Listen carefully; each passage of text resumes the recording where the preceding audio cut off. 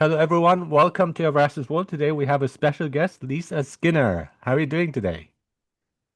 Good. Hi, Arash. Thanks for having me. I appreciate it very much. It's a pleasure to be here. Awesome. Thank you so much for coming. So my first question is a bit tough. How would you briefly describe yourself to our audience here? What would you say I mean, in terms of what I do professionally? in any way you see fit? Okay. Well, I um I'm a sponge. I love to learn new information. I research the heck out of everything. And I do a weekly podcast, just like you. And I also have a weekly television show and the reason why I do these episodes is because I want to be a reliable resource for people who kind of been involuntarily thrust into the dementia world and just really don't know what direction to go in. So there's so much misinformation out there and myths and disinformation that it can make your head spin. So I do this because it is such a difficult situation for people to go through, and I want to be a reliable resource. So that's kind of most of my world these days is really focused on um, raising awareness about this disease. Oh, I love the sponge analogy and metaphor here. And of course, yeah, research of gaining knowledge, and you do have both also personal experiences as well as again your research and academic experience and so on. And we want to talk mainly today about your book, Truth, Lies, and Alzheimer's: Its Secret Faces. And so yeah, let's talk about this book. Okay. Well, one of the things that I've discovered, and I've been doing this professionally for 30 years, but Mhm. as you mentioned, I have actually had 8 family members Yeah. who have lived with one of the brain diseases that cause dementia. My very first experience dates back 50 years with my grandmother. And it was a little bit of a traumatic experience for me. When I discovered that that she was ill. And the thing that I've discovered is things change so rapidly in this industry Mhm. that you have to stay on top of it. And that's why I spent a lot of time researching because things change by the minute. But the book, it's called Truth, Lies, and Alzheimer's. Its Secret Faces. Mhm. And the reason why I put the subtitle of Its Secret Faces in it is because most people I have found associate Alzheimer's disease and dementia with being exclusive to short term memory loss and confusion. Mhm. And it is so much more complicated than that. There are so many moving parts. There's hundreds of symptoms and signs and behaviors that people don't even really associate as being part of the disease. So Mhm. that's what is the intention of the subtitle of Its Secret Faces is unveiling and revealing all of the things that people don't even think are a part of this of living with Alzheimer's disease. Yeah, and that's fascinating because there is a lot of media also in terms of film too, and we have movies and we have like, but w like it's hard to like really figure out like what parts of it is true and what which ones are myths and which ones are just again Hollywood of the way they would present it. So what are some things to watch out for, especially in because you're talking about truth, but I think the opposite is lies. And again, well, that's in your book too, your title, right? What are some of the myths to watch out for when it comes to specifically Alzheimer's? Well, there are so many of them, but I'll tell you some of the ones that bother me the Mhm. most. Mhm. And there's a statistic out there that is pretty disheartening. something like 62% of our medical professionals today believe that developing Alzheimer's disease is just part of normal aging. And that is so far from the truth. And I was shocked when I saw that statistic that These are in the today, professionals we're talking about, these are medical professionals. Okay. the Yeah. doctors That's scary. that Yeah. diagnose their patients, and Mhm. they say, oh, it's just part of all this, things that you're experiencing with cognitive decline. And I mean, that's mind blowing to me that they would Mhm. think that today, Mhm. but it's true. So that's one of the myths that is very disconcerting is that if your doctors think it's part of normal aging, forgetfulness, we have a long way to go. Yeah. And then another one that's been circulating around for as long as I've been part of this dementia world is once people receive a diagnosis, and there, just to mention, there are over 100 known brain diseases that cause dementia. And Mhm. Alzheimer's disease is, of course, the most common, the one we hear most about. But there's over 100 of these brain diseases Mhm. that we know about. There could be more that we haven't discovered yet. And all of the symptoms that are a result of the damage being done to the brain, we actually put into a category that we call dementia. Dementia is not Mhm. a separate illness. Mhm. Dementia refers to the signs, the symptoms, the behaviors that are a result of the damage being done to our brains by one of these over 100 brain diseases. Mhm. So the myth is that once you receive a diagnosis, that automatically means your life is over. And I am here to tell you, I've been doing this professionally and I have worked with thousands of families and I have been in the weeds of, the day-to-day lives of people living with it. Mhm. And it has such a tremendous impact, not only on the people who are living with the disease, but their family members, their caregivers, their neighbors, everybody involved.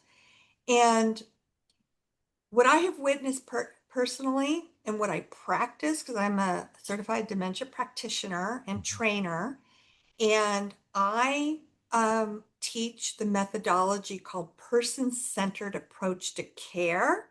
I love that. And it's the most state-of-the-art approach to care now, and it really focuses on each individual and takes the focus off of the actual disease.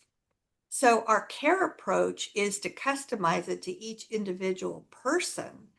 And the result that I've seen in implementing that approach to care is that people can live for decades with a brain disease in a very meaningful and have a very meaningful, purposeful, joyful life.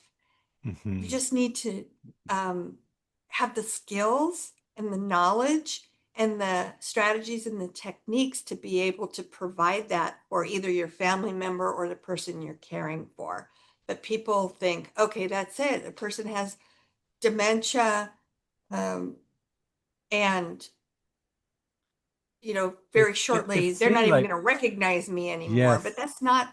that's not the case. Okay, that is good to know. That is a hopeful message because it seems like a death sentence when people tell you that. You just say It it's over. does. Basically, my life as I know it is over, and we expect the worst. And I think that kind of expectation will also accelerate the negative effects because it's It really does. again how do we feel about things? And what I love about your approach, I mean, obviously you felt helpless when you had to encounter dementia and dealing with it. But then you didn't just stop there. You say, okay, I want to do something with this. I want to improve lives and gain knowledge. And that is wonderful. I think That should be the attitude overall. And even like I think with medical professionals, it does seem that they kind of resign themselves, like, well, what can you do? You got this disease, right? Instead of and more like kind of also like helping and focusing on the patient themselves, the unique patient, not a one size fits all approach, but saying, okay, well, this is what the stats show, but let's work with you individually and let's see what can be done. And you're right. You're so right in what you're saying because people, unless, people don't know what they don't know. And Hmm. if you don't know that there's a better way than what we instinctively believe, um, there's no way you would know that there's hope for people Hmm. Hmm. who, once they develop a brain disease, that they can live a purposeful and meaningful life. You just need to possess the knowledge to make it happen. Hmm. So, and all the noise that's out Hmm. there Yes. just distracts us from being able to even realize a world with dementia that is not all doom and gloom, but it's Hmm. very, very possible. I've seen Hmm. it over and over and over again. It's a different life. I do want to say Hmm. that. Hmm. It's a different life from where they're coming from, but it doesn't have to mean that it's going to be a terrible life or a bad life. It's just, taking a different approach. So Hmm. that's Hmm. it's and the whole thing is it's raising the awareness for people that lose their hope once they hear, oh, Hmm. this is Alzheimer's disease, or this is Lewy body disease, or this is frontotemporal dementia. And of course, they just say, that's it. Hmm. So from the view of the patients, we want to keep hope alive throughout and just also like make sure that there is a good quality of life. And what can the caregiver do? How can they best approach the situation for those who are taking care of a person with dementia or Alzheimer's? It's kind of a complicated process. There's a Hmm. lot to learn, but I will Hmm. give you some Hmm. examples because I think a lot of people are going to be able to relate to what I'm Hmm. saying if they're either a family member or a caregiver. Now, the way that we are wired, Hmm. a couple different things. If we have a family member that's struggling cognitively, our gut instinct, our instinctive behavior tells us to fix them. Hmm. Yeah. We want our loved ones to be happy, especially if they're our parents or our grandparents. We don't want to see them decline. Hmm. So let's say now one of a couple of the symptoms that we see very commonly are, I'll tell you a couple of them, Hmm. hallucinations. Hmm. People suffer from hallucinations when they live with dementia. They have delusions or false beliefs. Now, the difference between a false belief and a hallucination is, and I'll use my grandma for example, she saw rats running around her house. She actually saw the Hmm. rats. Now, that's a hallucination. You actually see or Hmm. hear something that is really not there in our reality, the reality of a healthy person's brain.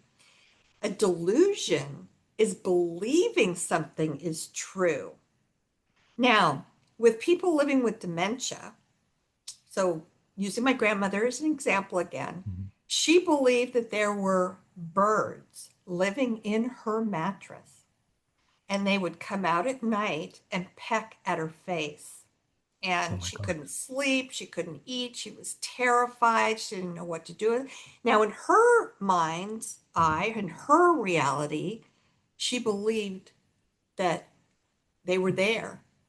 And I don't know, I don't think she could actually see them because she only described them pecking at her face.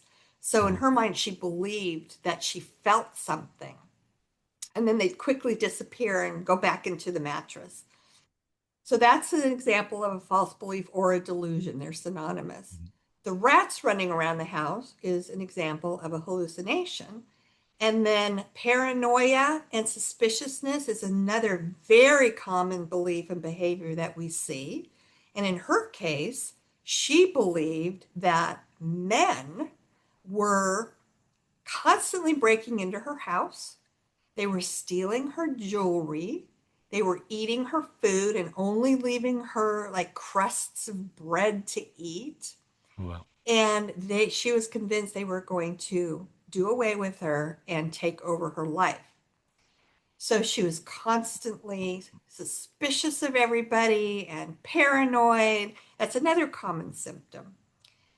So, where I'm going with this is to give examples so people can relate the point I'm trying to make.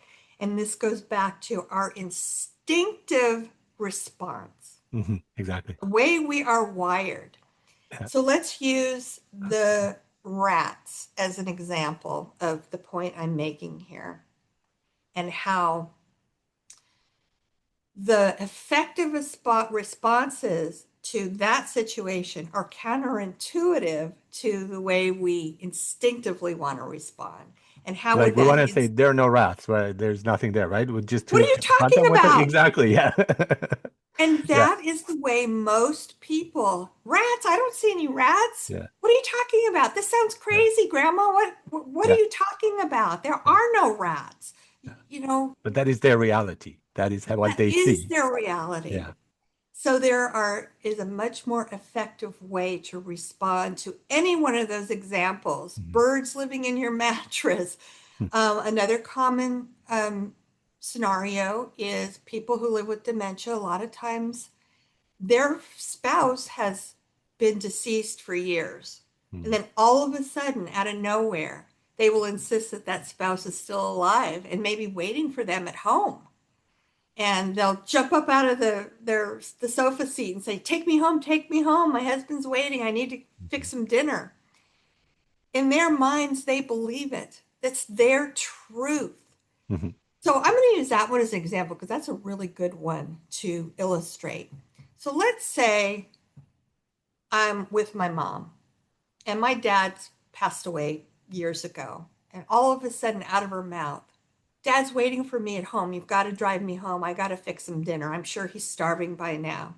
Now, my gut reaction to that, my gut response would be, "Mom, what are you talking about? Don't you remember? Dad passed away 4 years ago. What you're Mhm. saying couldn't possibly be true. What's the matter with you?" Mhm.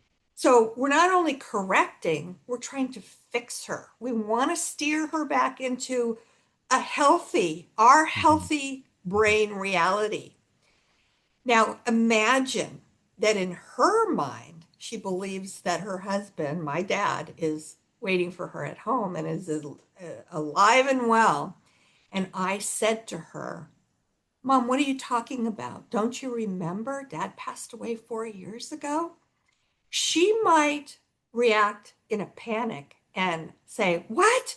What happened? Nobody told me this. What happened to him? He was fine a couple hours ago when I left to come over here," and just set her off into a Yeah. total panic Yeah. and have it escalate into what we call a catastrophic reaction. Oh my God. Yeah. In Yeah. other words, like a complete and total meltdown, Yeah. because I was trying to correct her. I was trying to steer her back into my reality. Yeah.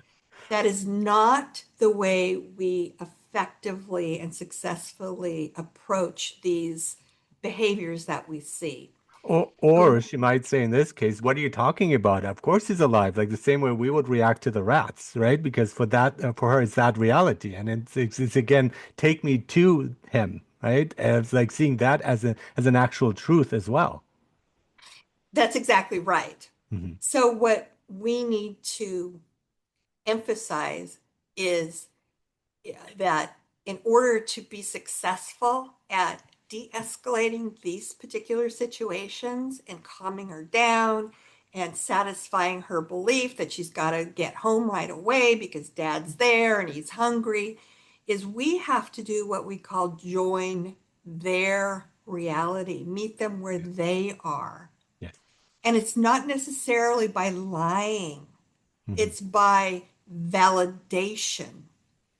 Mom, I can see how you're upset, how upset you are. I know that you're worried about getting home to dad right now. So you don't necessarily have to lie, but you want to do what we call joining her reality and then finding there's different techniques and strategies to accomplish this, finding a way to satisfy her in the moment because she's almost panicking that she needs to get home because she believes he's there. And there are techniques and strategies that we know work to turn the whole situation around, and the result will be a very positive outcome for the caregiver, for the person with dementia, for the family member. And those are the things that I teach and that we have found in the last 30 years is a much more effective approach to the old way that we used to respond. And Mhm. it was to correct them. We called that reality orientation therapy.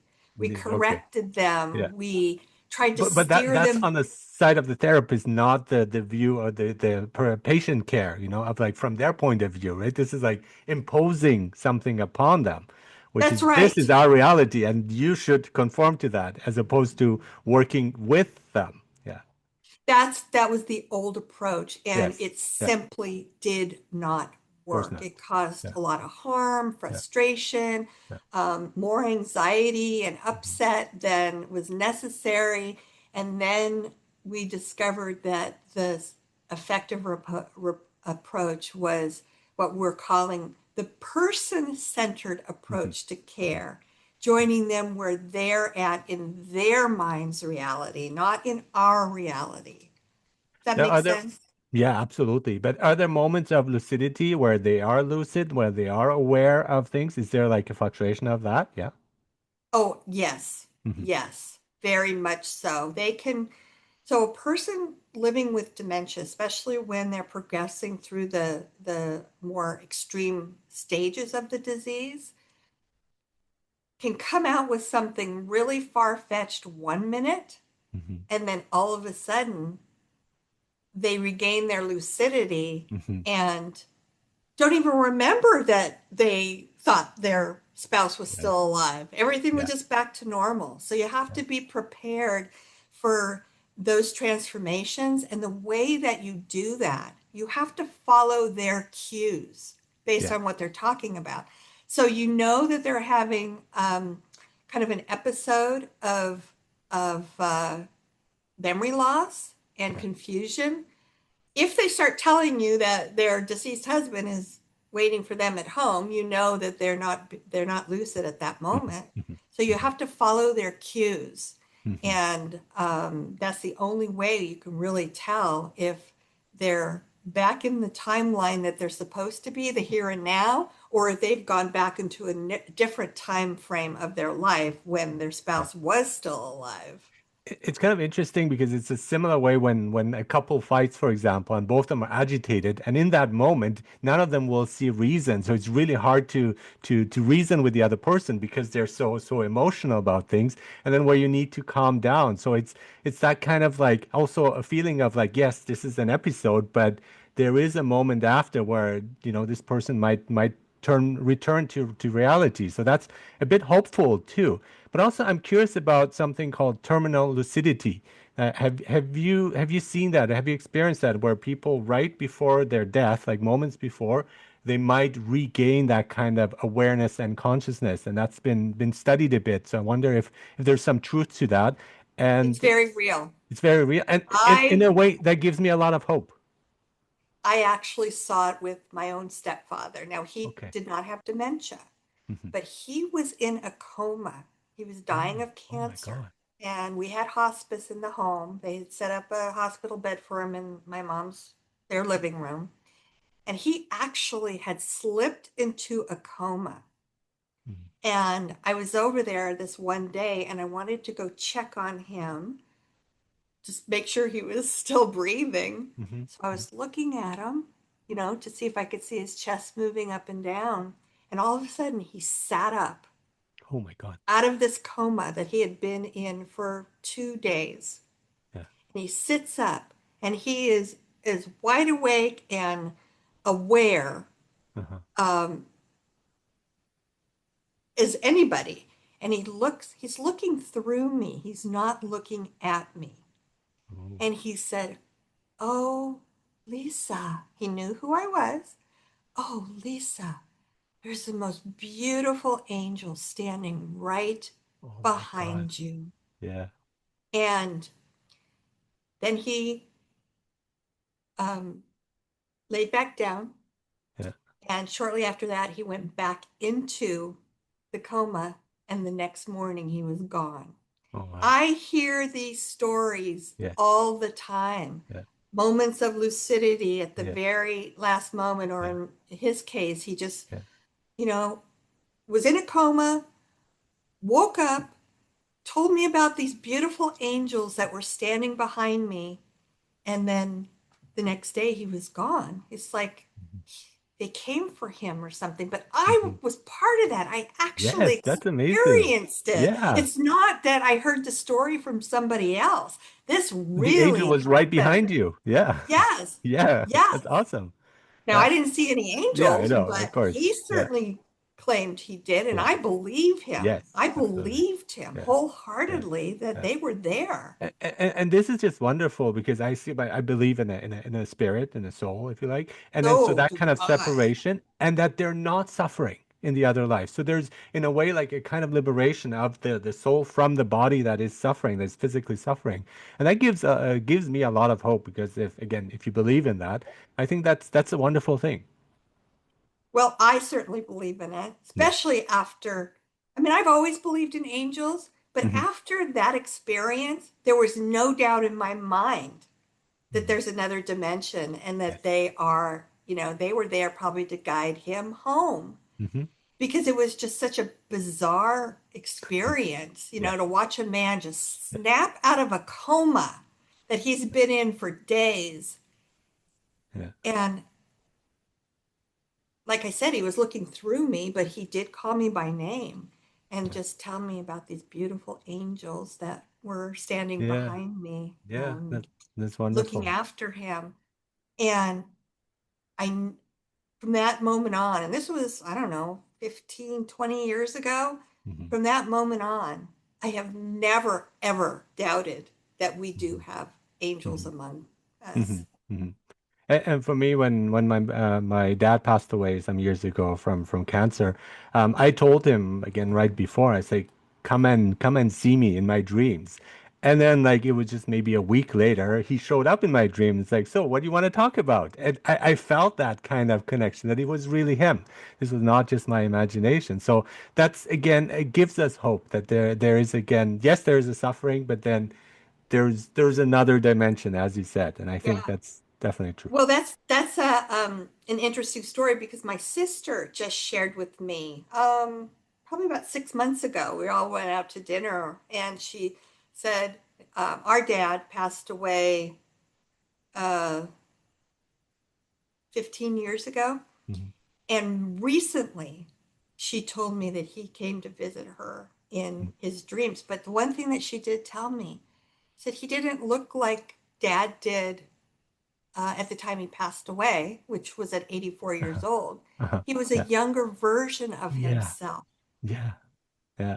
And I'm like, oh, I wish he would come and visit me in my Yes. dreams. He hasn't Yeah. yet, but she described what sounded so real. Uh-huh.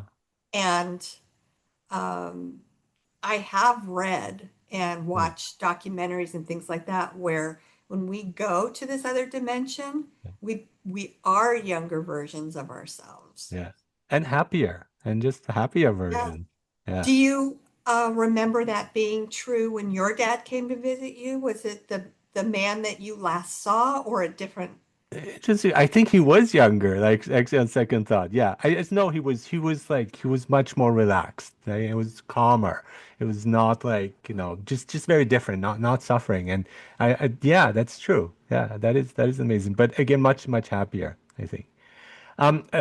Looking at Alzheimer's in terms of like what can we do to prevent it, to have ways for us to remain healthy, and also for the kind of difference between a normal forgetfulness, which as I'm aging, I am forgetting more things, and when to know that's like it should be it's a cause of worry and concern, and when to say it's kind of normal. Because the other day, and I hadn't slept well, but I could not remember the name of Tom Hanks. And that is a very odd thing because I'm very good with names and people and my memory is quite good, but for the life of me, I couldn't remember something as trivial as that. And I panicked in a bit. I thought, what's wrong with me? So is that a concern here, or is that part of again normal aging and how to know the difference between the two? That's a great question. And to be honest with you, there is a new statistic out there that I came across pretty in the last couple of years. Right now, the number one fear for people 55 and older is that they will get Alzheimer's disease. Hmm. It's Hmm. weighing on Yeah, everybody's mind. And I yeah. can't tell you in the 30 years that I've been doing this professionally how many people have approached me with examples of why they're worried that they might be developing Alzheimer's disease because they walked into a room and couldn't remember why they went in there. They Hmm. put their iPhone down and couldn't remember, just retraced all their steps. They had to eventually call the phone to find it. They could not find it. They would forget names. These are actually a very normal part Okay. of what we call the normal aging forgetfulness. Hmm. Because We it seems jarring because my wife constantly forgets things, but that's her normal state of being. But for me, that's not the case. So that's why I was a bit shocked with that because I did not expect that. Yeah. Well, and this is one of the reasons why it's so difficult to make a diagnosis of Hmm.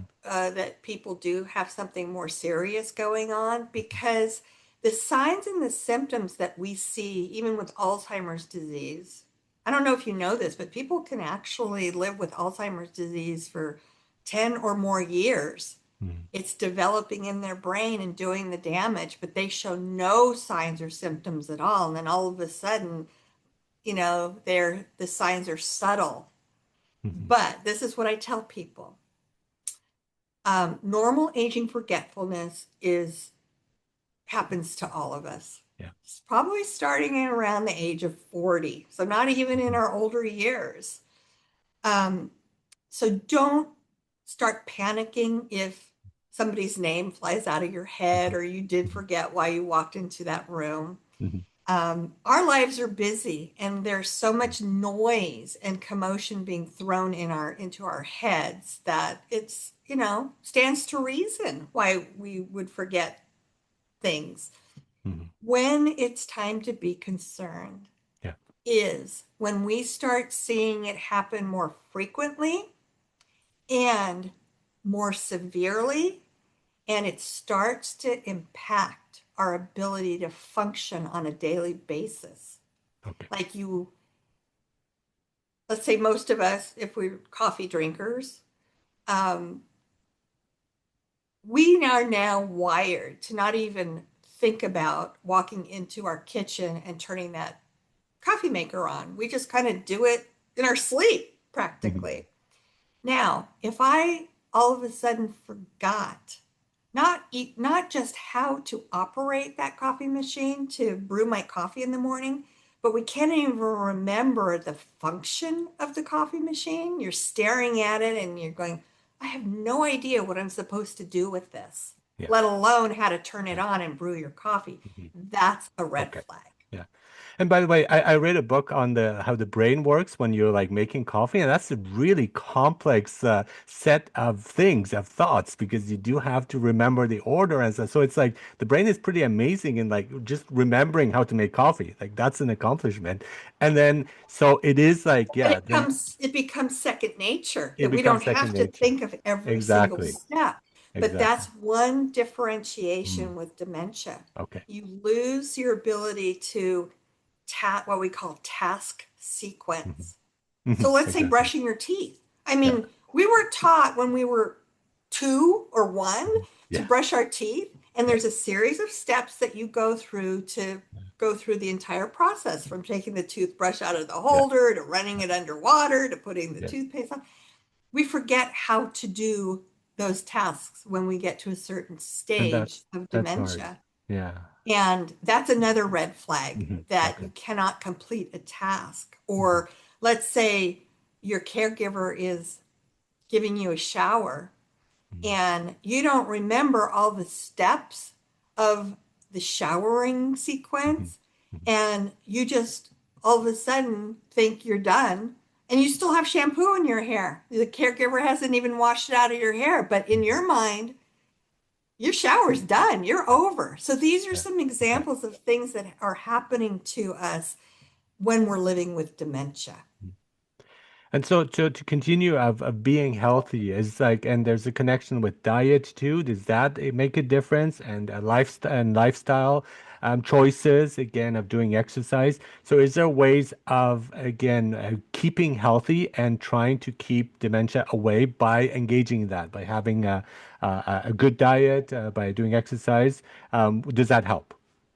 Yeah, let me address one question that you asked me because it was kind Hmm. of a two-part Yeah. question.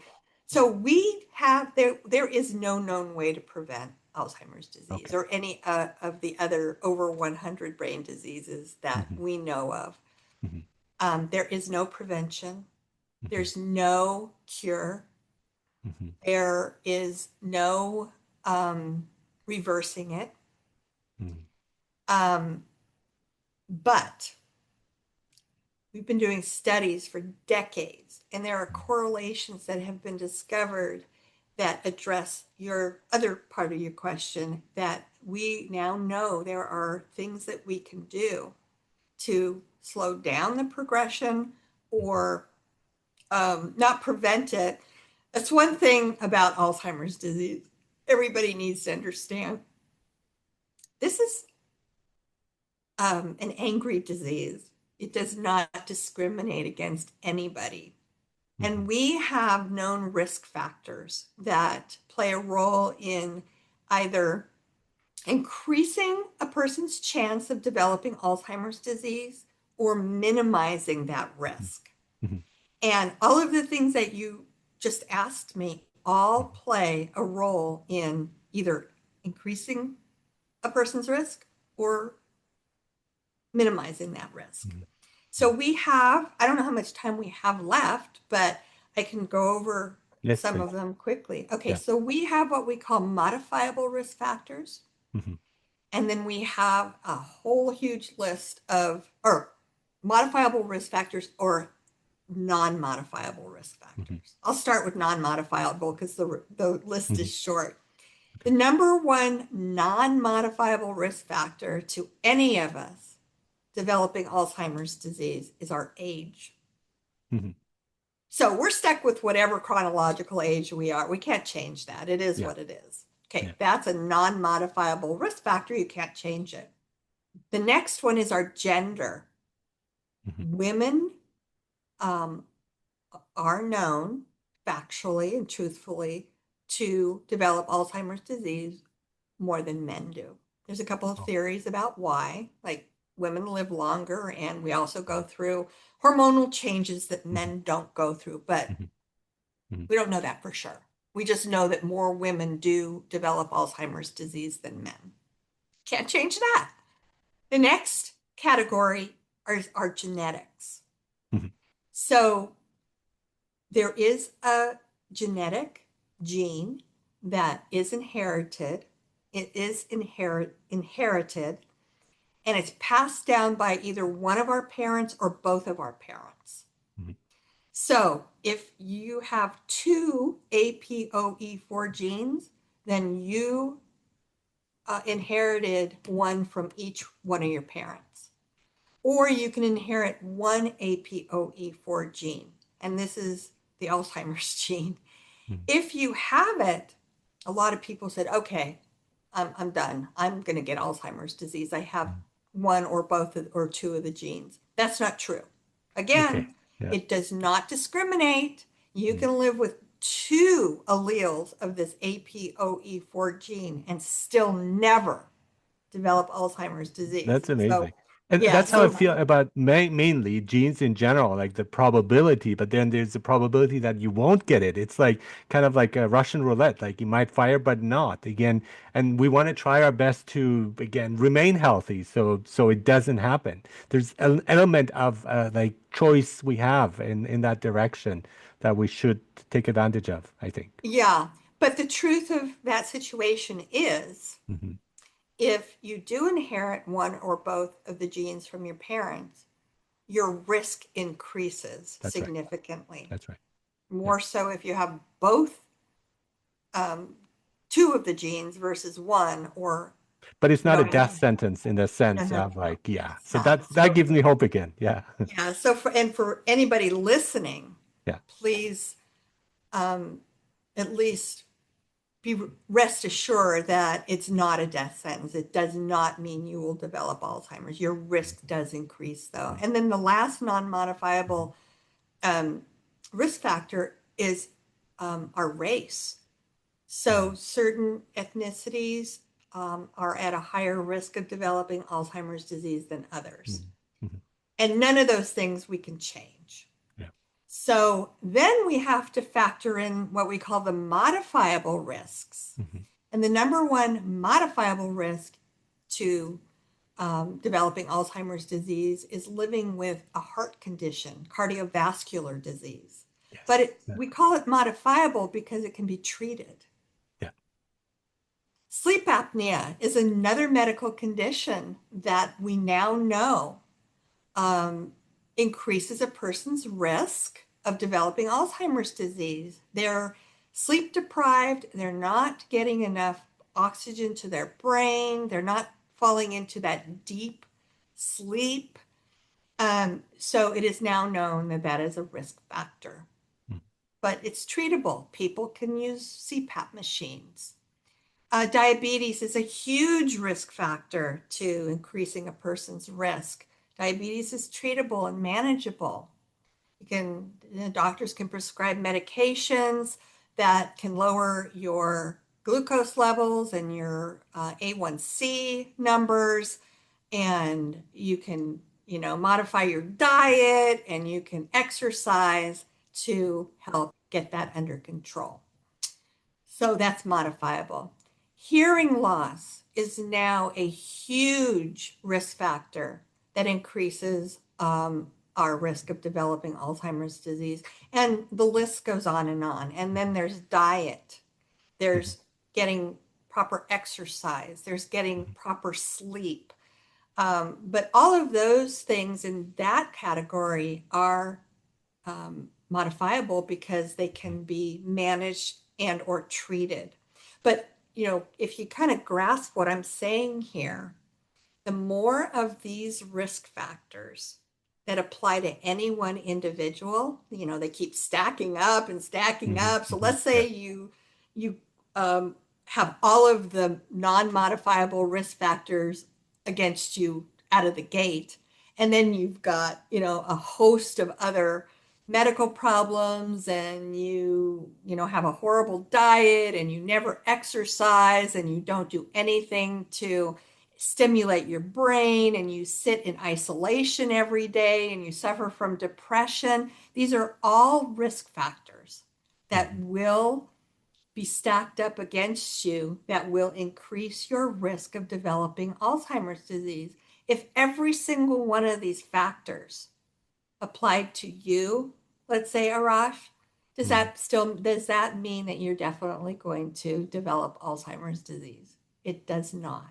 No, and It's just you have probably put yourself in a very high risk yeah, category. I take responsibility for all that. I did have sleep apnea, but and use the CPAP and so on, but find a way of dealing with that. And I haven't had an episode in like in a couple of years. And my memory thing was again caused because of that. I saw the Oh, so relation there. you Yeah, yeah. saw the And I don't difference. have You sleep apnea anymore. And it's for me, I thought like finding the root, the emotional cause as well. And when I asked the expert, they say there's no cure for sleep apnea, and I do contest that. I think there is some at least like you can be without it or without episodes, and I haven't used the machine in a couple of years now and sleep well. And And you so, don't stop breathing while you're nope, sleeping? You nope. don't? Wow. That's Yeah. like a Yeah. miracle. Yeah, But I know. Yeah. so what I hear you saying is Uh-huh. when you did suffer Yeah. from sleep apnea Yeah. before you started using the Yeah. CPAP machine, Yes. you I was using the CPAP machine actually at the time. and Yeah. you still Yeah. had the brain fog? Yeah. Yeah. Occasional, like the memory, like Occasional. loss. Yeah. Yeah. Yeah. Yeah. So Yeah. that's So, another concern. People, mhm. have brain To look fog and into they're that, not, right? Yeah. and they think, Yeah. uh-oh, this is not a good. I think it's probably Alzheimer's disease. It could be Yeah. one of so many different That's true. things. Yeah. COVID, there's that, COVID That brain fog that can is happen. Yes. Yeah. trending in the media. There's Yeah. brain fog from lack of sleep, sleep Hmm. Hmm. deprivation. Hmm. Hmm. There's so many. A thyroid condition can Yeah. cause brain fog. There's so many different things. No, I read an article about picking your nose and how that could be connected to Alzheimer's because that's how like bacteria could enter your brain. I was wondering if you've heard of this and if there's any truth to it, or is that just something that's a myth, or we just don't know? I don't think there's any scientific evidence Okay. to make that direct correlation.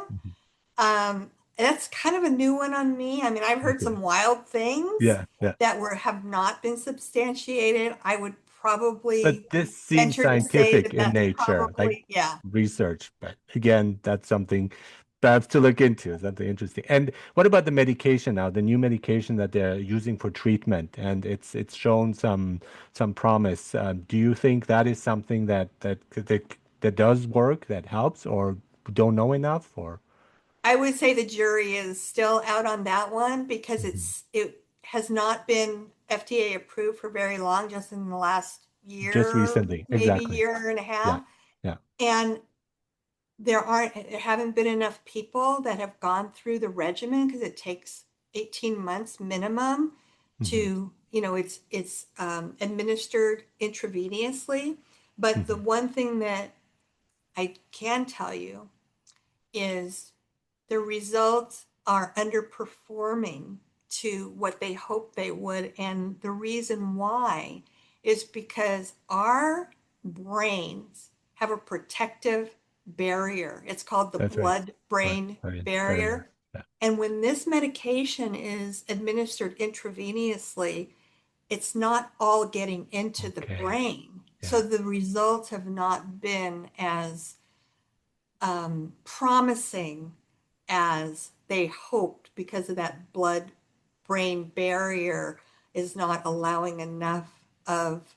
So even though it hasn't been used as a treatment long enough to see any, um, notable results, Hmm. they do see that um, not as much as is penetrating into the brain to clear out the plaques and the tangles as they hoped. Now, some doctor just came up with a brilliant um, treatment for penetrating the blood brain barrier by Yeah. using um, ultrasound. Oh, In fact, it interesting. was a segment on 60 Minutes, plus I had Hmm. read about it, which looks very promising. Oh, In cool. some way, using ultrasound to temporarily open up the Oh, blood-brain interesting. Yeah. barrier to get Yeah. the medication through Okay. the protective barrier. Yeah. But I don't think it's in use yet. But Okay. it's Yeah. very, very Uh, promising. Again, promising hope. That's great. One thing that I do know works, and you've worked with that too, is music. Music is phenomenal Yes. in triggering memories for Yeah. people and um, kind of waking up the sleeping giant that's fallen asleep in our brain. It Yeah. triggers memories. I've seen miracles happen Yes. with when playing familiar music to Exactly. people who live with Alzheimer's disease and dementia.